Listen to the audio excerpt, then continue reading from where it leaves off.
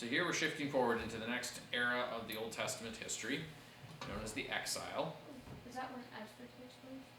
Nope, that is during the return. So this is a very short little period. The return is the next era. So we've actually finished up the divided monarchy.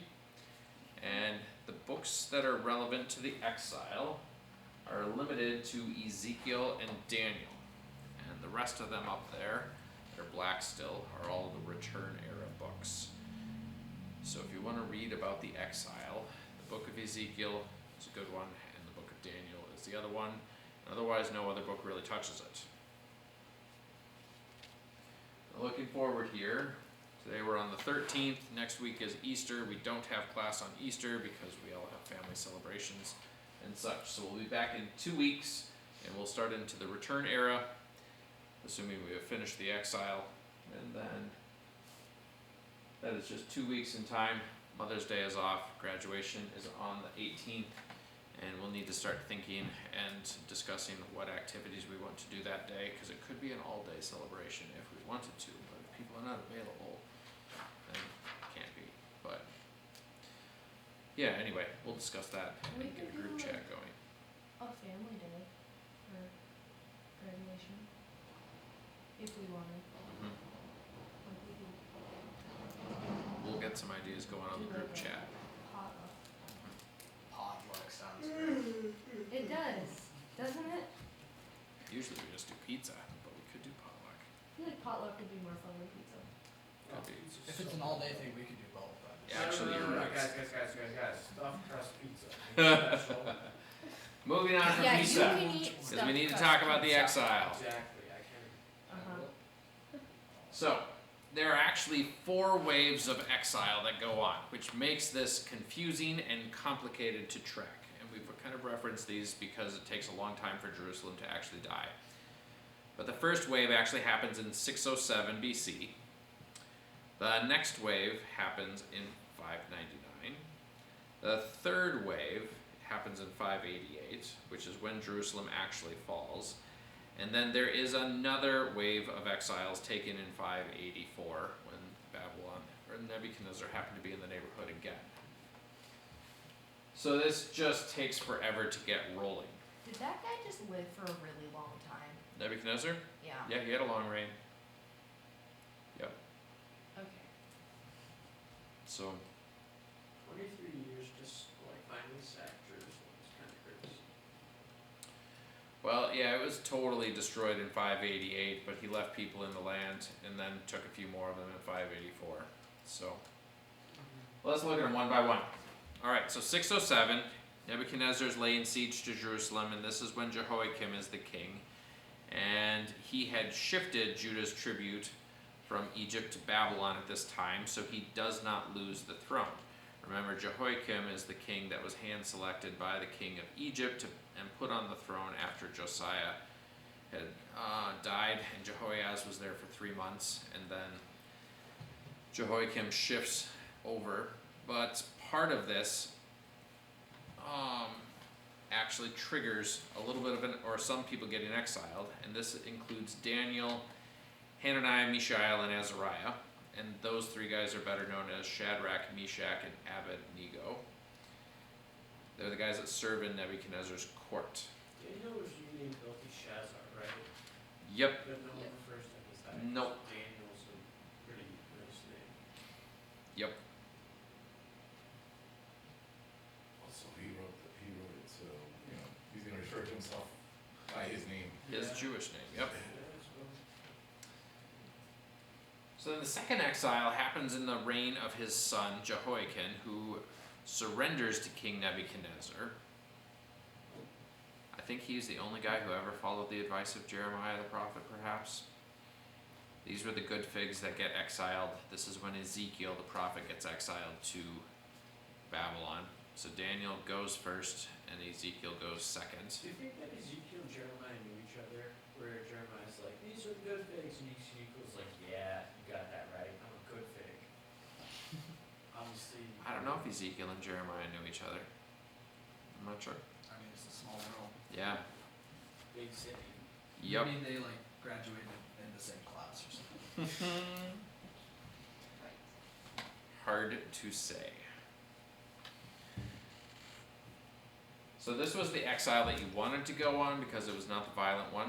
It was the willingly and in better territory. So they get resettled, and Jeremiah actually writes them a letter, and this is where that famous verse, "I know the plans that I have for you," comes forth. Is Jeremiah writing a letter to these exiles. So the third one is the one that's more famous because Jerusalem is defeated, the walls get broken down, the temple, the palaces, and the houses are all burned down, and Zedekiah gets blinded and imprisoned after watching his sons all get executed. But the whole land is not completely depopulated at this point in time. Gedaliah, who is a grandson of Josiah's secretary Shaphan, is appointed as governor of Judah. And this is when Jeremiah gets released and he remains in Judah. Now this could have gone well, but as seems to be fitting for all of Jeremiah's life, no one who should have listened to him did listen to him. That actually includes Gedaliah. So he rules in Mizpah because Jerusalem is now destroyed, Mizpah being in Benjamin, and while he's there, a whole bunch of army officers and men start returning to Judah because not everybody had gotten captured. A lot of them were able to flee from the army of the Babylonians. And so they start coming back, and this includes a guy by the name of Ishmael, the son of Nethaniah.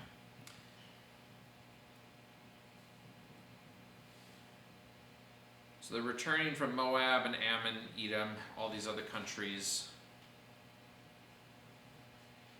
And Ishmael, the son of Nethaniah, was a plant because Baalis, the king of Ammon, sent Ishmael back to specifically to assassinate Gedaliah. So Gedaliah gets warned about this conspiracy. I think even Jeremiah warns him, but somebody does for sure. He doesn't believe that there's a conspiracy. He wants to believe that Ishmael is a good guy, and he ends up dying because of it in the 7th month. So this is a really bad thing for the Jews because they're trying to live peacefully in the land and send tribute off to the Babylonians, and all of a sudden one of their number has now killed the governor that the Babylonian king put in charge. So now they're in a pickle, and they start consulting Jeremiah again. And that consultation is led by Jehohanan, the son of Kareah. And Jeremiah says, if you stay in the land, you're going to live. If you flee to Egypt, you will die there. And so naturally the Israelites reject his counsel because Jeremiah had been wrong or right about everything up to that point, but now he obviously must be wrong. And so they said, no, we're not going to stay in the land. We're going to flee to Egypt. Even though you sell us, we're going to die there. And so they bind up Jeremiah and they cart him off to Egypt with them. And the remnant of Judah self-deported down to Egypt, and they settle in the Egyptian cities of Migdol, Tahpanhes, and Memphis. And this is all in the southern part of Egypt near the delta region of the Nile River. And once they get there, Jeremiah prophesies again, and he starts prophesying their death and destruction. And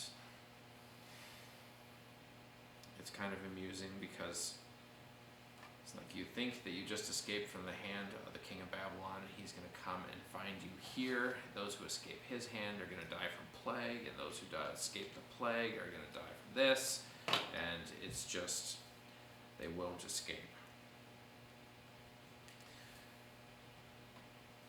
So Nebuchadnezzar comes back over in 584, and this is the 4th exile that takes place. Judah is not really a kingdom, but some people apparently didn't leave and go down to Egypt with all the rest of them. And he rounds up another 745 Jews and takes them off to Babylon.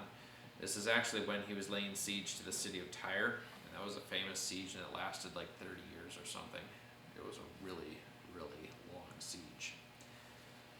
But that is also the time that Nebuchadnezzar destroyed Ammon and Moab and subdued those nations and fulfilled a lot of the judgments that God had prophesied through prophets over the years against Ammon and Moab. They were enemies of Israel, There was none. and they were no more.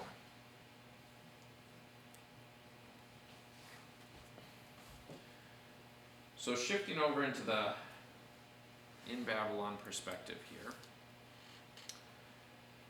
Daniel serves Nebuchadnezzar from 607 to 562, and that is how long Nebuchadnezzar reigned. So you mentioned he was around for a really long time, and yep, he was reigning as king for 45 years, I believe that works out to. So he was alone for a really long time. Daniel interprets Nebuchadnezzar's dream in that time frame. His three friends, Shadrach, Meshach, and Abednego, make a stand and determine that they are not going to worship the image of gold. Is that when that Daniel did worship it, or is Daniel just kind of immune? Yeah, I to was this wondering news? that too. He's not on the scene. He's like somewhere else at that time frame. Don't know where. He either wasn't subject to that It's not edict. even Hmm? mentioned. Not even Yeah, mentioned. he just doesn't even get mentioned. Hmm. And then Nebuchadnezzar actually has a 7-year period of insanity, and he's eating grass like an ox for a little while. And that's mentioned in this book of Daniel as well. And actually, a lot of what's known about Nebuchadnezzar and his reign is recorded in the book of Daniel, and it's referenced by secular historians a lot.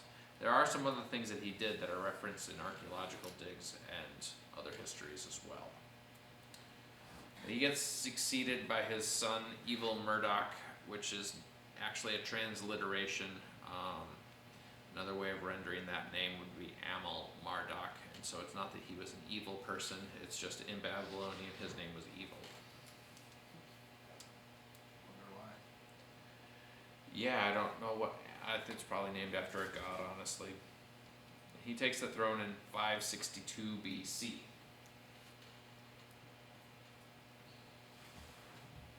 At this point in time, Daniel seems to be retired. And Evil Murdoch releases Jehoiakim from prison. He was the king who willingly was exiled to Babylon. He did spend a ridiculously long time in prison. He spent 37 years in prison. And this event actually is the point of secular connection to the biblical timeline. So we can calculate all of the historical dates of the Old Testament because this is a known event in secular history, and the secular history going back to this point is very reliable. And I think the date is known to be like a day in October when Evil Murdoch gets the throne.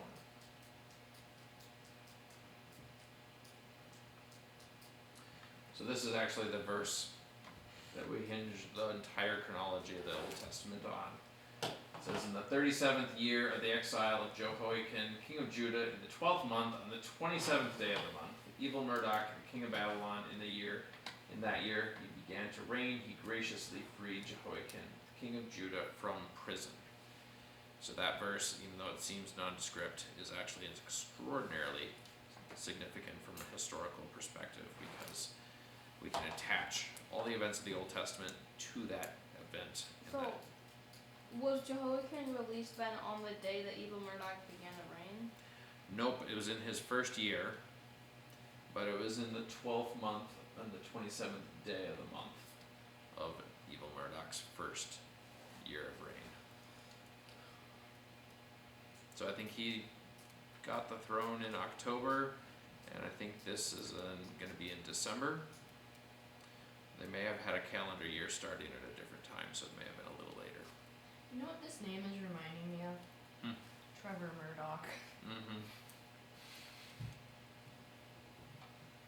I mean, it's Murdoch. Yep. It is Murdoch. Yep. Sorry, that's just what came to my brain. All right, quickly we'll wrap up here. Belshazzar, last king of the Babylonian Empire, and he sees the writing on the wall and gets assassinated in 538 BC. Is this where that phrase comes from? Yep, you see the writing on the wall. It comes from this story. I think it's in Daniel chapter 5, where Belshazzar is throwing a feast because if the Persian army is outside your walls, what else are you going to do? You're going to throw a feast. And so he throws a feast, and while he's throwing that feast, the hand of God becomes visible and writes on the wall of Mene, Tycho, something. Parson. Yeah. Yep. You have been weighed in the scales and found wanting. Your days are numbered. The Medes and the Persians shall take your kingdom.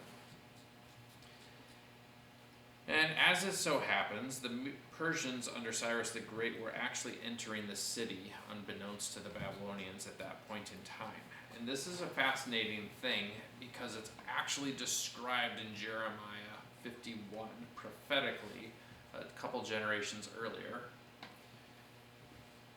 Jeremiah wrote, "The warriors of Babylon have ceased fighting, they remain in their strongholds, their strength has failed, they have become women, her dwellings are on fire, her bars are broken." He's not trying to diss women. In that generation, women were not generally soldiers. So he's saying that their soldiers are now no longer fighting, just as women would not have been expected to fight.